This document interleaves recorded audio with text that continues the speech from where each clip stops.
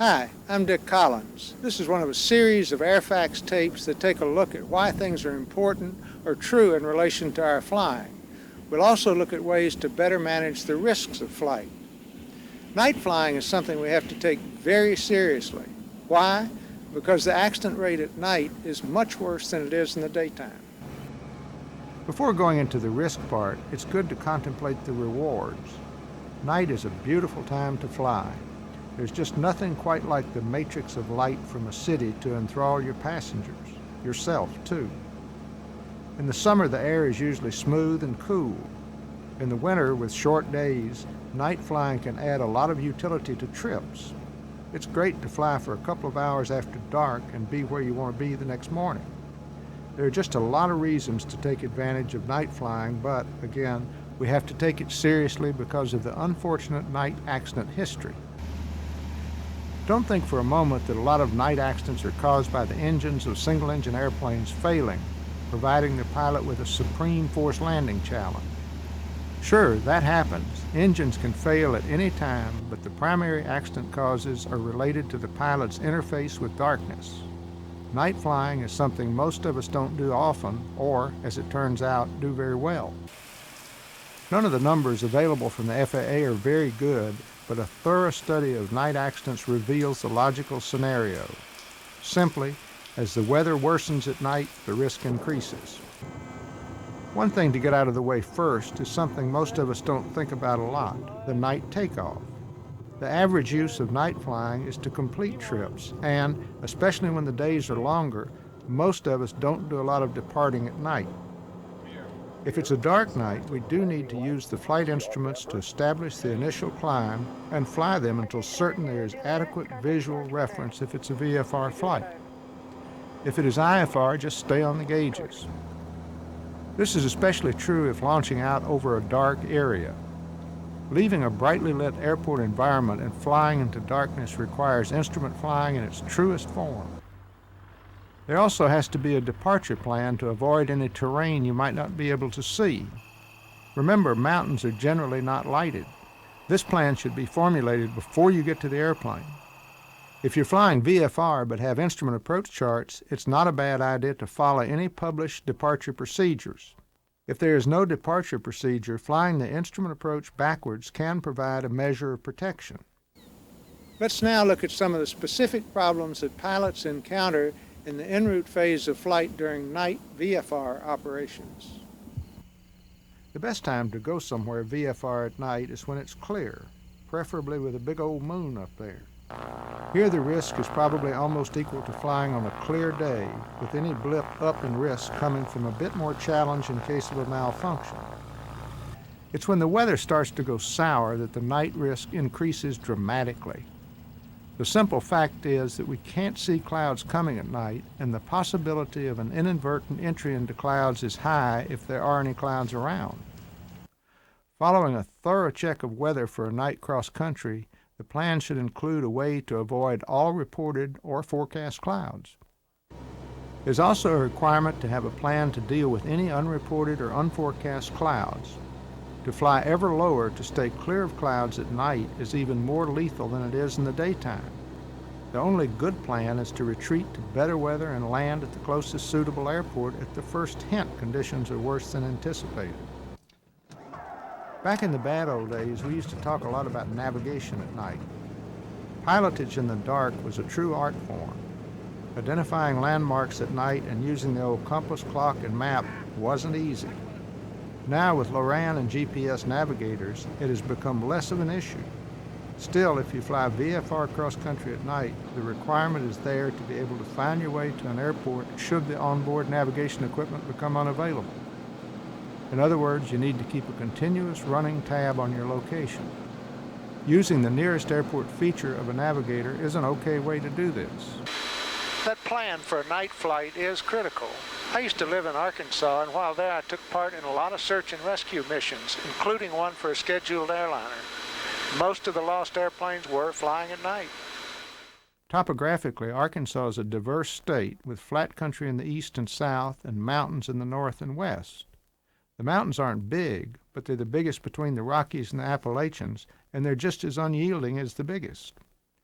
When an airplane would turn up missing on a night VFR flight, we knew where to look first, on the side of the first ridge the flight would have reached on its most likely route. That didn't work all the time, but a lot were found using that method. You could only imagine that the pilot did not go to the trouble of determining and observing a minimum safe altitude for the proposed route of flight. Another part of the night VFR cross-country plan relates to the cockpit. It's a different place at night. There are dark spots and dark corners, and you want everything at hand. Flashlights are imperative, and arranging all charts in advance helps keep the necessary information at hand. It's good to have an illumination plan in case the instrument panel lighting fails, too. Just having a flashlight is not enough unless you also have someone to hold the flashlight for you. A quite bright flashlight stuck in a seat pocket and aimed at the ceiling is a good source of auxiliary light. We need to pre-flight our night vision, too. If you're pushing or are past 40, the numbers on the charts might become elusive. Using a good flashlight can brighten things up, but many pilots are prompted to make their very first visit to an eye professional by the perception that they can't see well in a dimly lit cockpit. Things are a little bit different in en route night IFR operations because instrument flying is based on being able to do it properly when you can't see. It's still a demanding time, mainly because of the visual requirements or the inability to see. Where we can see to deviate around turbulent clouds in the daytime, we might blunder into the same clouds at night. One way to address this is to plan the flight along a route and at an altitude that will avoid any foreseen turbulent clouds. I'll always remember a night over the Appalachians. I was droning happily along when a military airplane at about the same altitude reported that he had encountered momentary severe turbulence while passing through a cloud. I pulled the belts tight and flew on, waiting for a jolt that never came, fortunately. There's an en route consideration that applies to both VFR and IFR. It relates to visual illusions when the weather is okay. If flying in an area where there are not a lot of lights on the ground, there can be a totally challenging illusion when the lights on the ground come close to equaling the stars in the sky. If you ever see this, you'll know what I mean. Because it's visual, the feeling is that the airplane can be flown visually. Don't try it, though. Best stick with the gauges. One of the things that we can do when en route IFR is make plans for the arrival, because a lot has to happen between the time we leave the cruising altitude and start the arrival process. Anything that can be done in advance is an aid. As in night VFR en route flying, chart arrangement can be critical. Where in the daytime, finding a new chart can be a simple matter, at night it can be very difficult. There are devices to use to identify charts. Whether you use JEP or NOS, you certainly want the active approach chart tagged. However you want to do it, even a paperclip can work. And you want to be able to easily get to the approach charts for the alternate airport in case of a missed approach. Beginning the IFR descent is a time to take stock. The fact that it's dark makes the flying challenging. The fact that it's evening suggests there might also be a fatigue factor. Fatigue affects different pilots in different ways, but I found a good fatigue fighter to be a little lecture to self about double and triple checking everything and then doing just that. Keeping the mind active sure helps me feel sharper after the sun sets. If there's oxygen on board, using it for a few minutes can brighten things. Many pilots carry hard candy or fly with a thermos of coffee or soda for a pause that refreshes before joining the approach battle. Now let's talk about the actual arrival. This is where we'll be getting the airplane close to the ground in the dark. It is the critical phase where most accidents occur and where our inability to see, as in the daytime, can lead down the wrong path. In VFR night flying, the approach and landing is very different than in the daytime, so we need all the help we can get, plus enough practice to at least get close to perfect. In the daytime, when we can see, visual counts for a lot on a VFR arrival. Most pilots can fly a daytime visual approach and landing without a glance at the instrument panel. At night, the visual clues are far from as good, and the approach is best flown with reference to a combination of outside and the instrument panel. It goes without saying that a night approach to a runway that has neither a glide slope nor visual approach slope indicator is one of the more difficult and, yes, risky things we do in flying. Having said that, let's first look at such an approach. The only way to safely fly a night approach without slope guidance is to establish a minimum acceptable descent rate as a guide. For example, with the aiming point on the runway remaining in a constant position in the windshield at, say, 90 knots ground speed, the absolute minimum acceptable descent rate would be 500 feet per minute. More airspeed would require a higher minimum rate, but I can't imagine accepting less even if going slower. If the descent rate is less than the minimum as the airplane is flown toward the aiming point, the approach is dangerously shallow. Fly level for a while and then resume the descent. It is important here to define the aiming point and touchdown zone of the runway. Pilots often brag about planning the airplane right on the numbers, but to do so gives away obstruction clearance on the approach. That may or may not be okay in the daytime. It's always extremely risky at night. Those big white dashes about 1,000 feet down the runway are defined as aiming point markings. Those marks are required only on runways 4,000 feet or longer, but some shorter runways might have them. You can't see them until close at night, so just aim for a point that you estimate to be about 1,000 feet down the runway. I would hasten to add that we need to cut some extra slack on runway length at night. If the runway is marginal, so is the chance of success. A pilot approaching a short runway at night might err on the side of getting the airplane down on the first few feet of runway and, in turn, might arrive before even reaching the runway. Incidentally, if your airport doesn't have visual approach slope guidance for every lighted runway, it's relatively inexpensive and easy to install. One source told me it was about $6,000 a runway, and it can be wired into the existing runway lighting. On a dark night, that's a rare bargain. Visual illusions are tricky at night, so watch for anything unusual.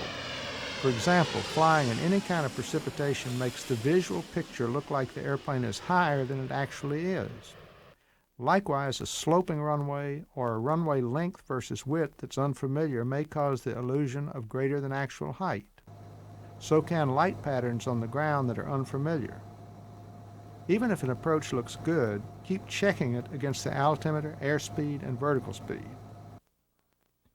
If you're flying to an airport that has pilot-controlled lighting, information on it's available in the Airport Facility Directory or appropriate Jepson publication. Basically, 7 clicks of the microphone in 5 seconds on the CTAF frequency gets the brightest of all lights, and they remain on for 15 minutes after activation. So don't try to turn them on when you're too far out. Don't do what a friend did one night either. It was a beautiful late day and he went out just to ride around and watch the sun go down. Only one problem. He had his lone comm radio out for service, and when he returned to the uncontrolled airport, he realized that he didn't have a way to turn the lights on. Best at least have a handheld along for a night flight. Now let's switch back to IFR. At some point in every night IFR arrival, we get to the really hard part, the visual part. If the weather's bad, this is the worst form of scud running, and it's why the night accident record is really, truly terrible. Now let's back up a bit and consider the night instrument approach up to the point where visual flying starts. The procedures at night are identical to those followed in the daytime, so the only difference is in the cockpit lighting conditions. A while ago I mentioned checking, double-checking, and triple-checking everything at night. This is critical when it comes to reading the charts in preparation for an IFR arrival. Flying published routes at or above minimum altitudes provides protection from the ground, but if we misread an altitude or route on the chart, this protection can be gone. Before we descend to a lower altitude, we need to make 100% sure that the number in mind is the correct number. There are many night IFR accidents where you can imagine that the pilot read the number wrong and descended into the terrain or into obstructions. As the approach is flown, it has to be with a dedication to sticking to procedures and altitudes regardless of any suggestions to the contrary that may come from visual clues or illusions. When studying night IFR problems, it's amazing how many airplanes are flown into the ground, under control, on the proper approach radial or course, but a substantial distance from the runway. The only way to do that is to abandon a published minimum altitude prematurely. On a non-precision approach, this may come because the pilot sees lights on the ground when reaching the minimum descent altitude of distance from the runway, and then leaves the instruments and reverts to visual flying. That is not a good idea until you can see your approach slope lights or until you can see the runway and establish a minimum descent rate that leads toward the aiming point. Any departure from the MDA before then is pure risk. It has always been an unfortunate fact that airplanes are also lost to premature arrivals on precision approaches at night. The only way this can happen is for the pilot to prematurely leave the instrument procedure and revert to visual flying. This is often referred to as the duck-under maneuver, which simply describes the tendency to go below the glide slope when lights become visible. On a precision approach, the sighting of the lights should prompt no pilot action other than a continuation on the localizer and the glide slope. If the airplane is tracking nicely, there's no need to change anything until time comes for the landing flare. A lot of the things that are true for the night VFR arrival also apply to the night IFR arrival, but there are differences that can, well, make a big difference. For example, in VFR conditions, you can see that you have properly activated the desired lights at the airport well in advance. If the night IFR approach were with, say, a 600-foot ceiling, you wouldn't know until you were beneath the ceiling that you had managed to turn the lights on. If there is precipitation, remember that the visual illusion there is of being higher than you actually are. The main point is the night accident record has shown that leaving a safe altitude for any of the wrong reasons can lead to big problems. The only reason to leave a safe published altitude is firm knowledge that there's a cloud and obstruction-free path to the touchdown zone of the runway. Before discussing night landings, let's consider two of the most difficult night IFR maneuvers, the circling approach and the missed approach. It doesn't take an overly fertile imagination to see why the night circling approach is both tough and risky. Here we are, trying to circle within a mile of the airport at, say, 500 feet, while keeping the runway in sight and keeping the airplane out of the treetops. This is like any other visual flying at night. It had best be done with good attention to the instrument panel because only the altimeter can tell you that the safe altitude is being maintained. The simple fact is, too, that in most airplanes there's no good way to fly most night circles with the weather right at minimums. Why not? Say, for example, you're doing it right here at Sporty's, flying the NDB or GPS approach to runway 22 with a circle to 4.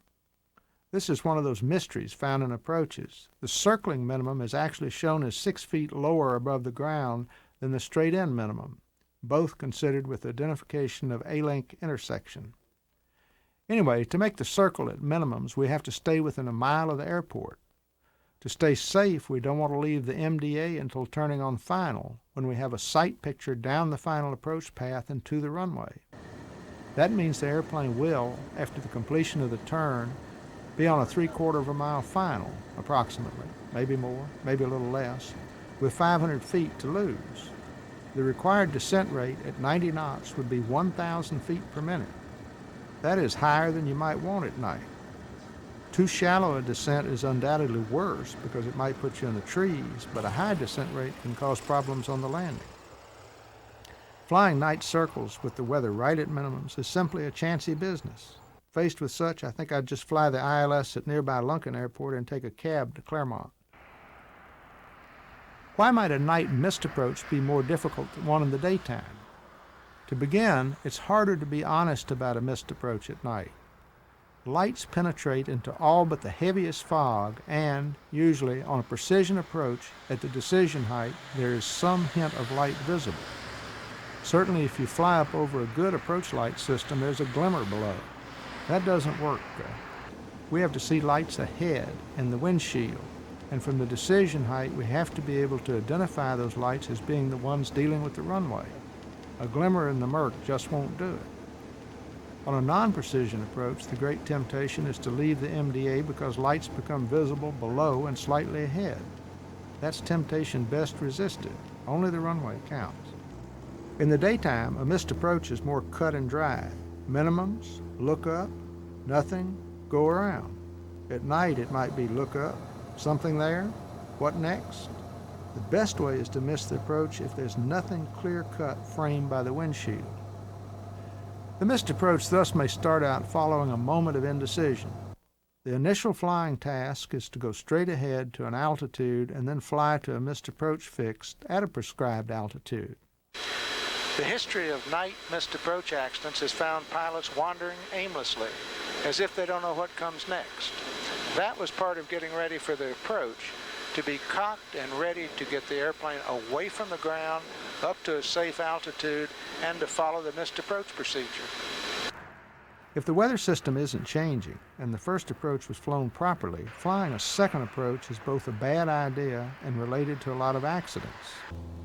That means another airport with better weather must be selected, a clearance obtained, and all the approach planning done for the arrival there. This is all high workload stuff, and where I mentioned earlier psyching yourself up for a night arrival, it may be easy to hone your alertness for the first approach, but it's harder to do for the second approach. There may not be time for a relaxing moment with coffee or a soda, but you can still at least challenge yourself. Still, I try at night not to fly an approach at an airport if there's a question about the weather being below minimums. That way, I usually get to land out of the first night approach that I fly. It doesn't always work that way if the first airport has no weather reporting, though, and it's at times like that that I wish for more practice at night IFR flying. Even though it and the takeoff are exposed to FAA regulation on being current for night flying, the night landing has not proven to be a high-risk event, at least to people. Airplanes may be abused on some night landings, but the main pilot damage is ego-related. I wish that I could tell you how to improve your night landings, but mine are never smooth enough to give anything to pass along. The key is to fly across the threshold at a correct speed, same as by day, and make sure the airplane is in a landing attitude before letting it touch. A correct attitude means that a tricycle will touch on the main gear first. There is a hardware item that helps on some airplanes. I added extra landing lights at the wingtips of my 210, and the more light you have by which to land at night, the better. Of course, you should also be able to land at night with no landing lights, and we used to practice that back in the good old nights, but such would be a last resort procedure. I think I could still do it okay, but the practice might expose the airplane to more total risk than if I just accept the challenge of a no-light landing if it presents itself. Speaking of practice, many pilots go out and fly the required 3 night takeoffs and landings as the days get shorter to be legal for passenger carrying on those first night flights. That's fine, but the record shows we desperately need night instrument practice too. So, if you fly IFR, how about flying a practice approach between each of the 3 landings? It doesn't take a lot of extra time, and if nothing else, it might remind you that night IFR is a lot more challenging than day IFR and should be flown cautiously. It might also show you that you need to visit your eye care professional for glasses that are a little more effective in low light. Thanks for flying with us tonight, and I hope we didn't scare you too bad. I do hope you'll take the knowledge of the risks of night flying and use that knowledge to, well, keep your airplane from going bump in the night so you can fly with us on some more of our Airfax tapes. Fly safely.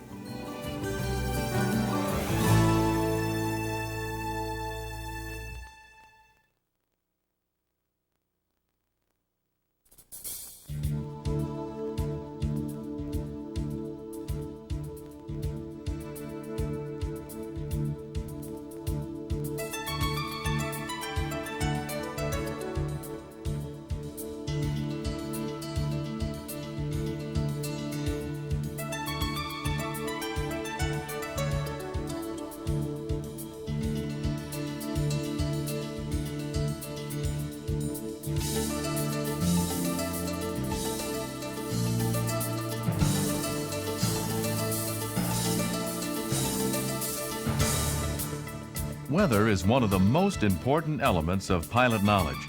Sporty's weather video series provide much more than just the basics. They're so real, the time you spend watching them should be loggable. There's one video for each season, and in each you'll come to understand the forces that combine to create the conditions distinctive to each season. You'll ride along in the cockpit for detailed explanations of the weather systems as you fly through them, noting the effect on the airplane, said to be the world's best weather sensor.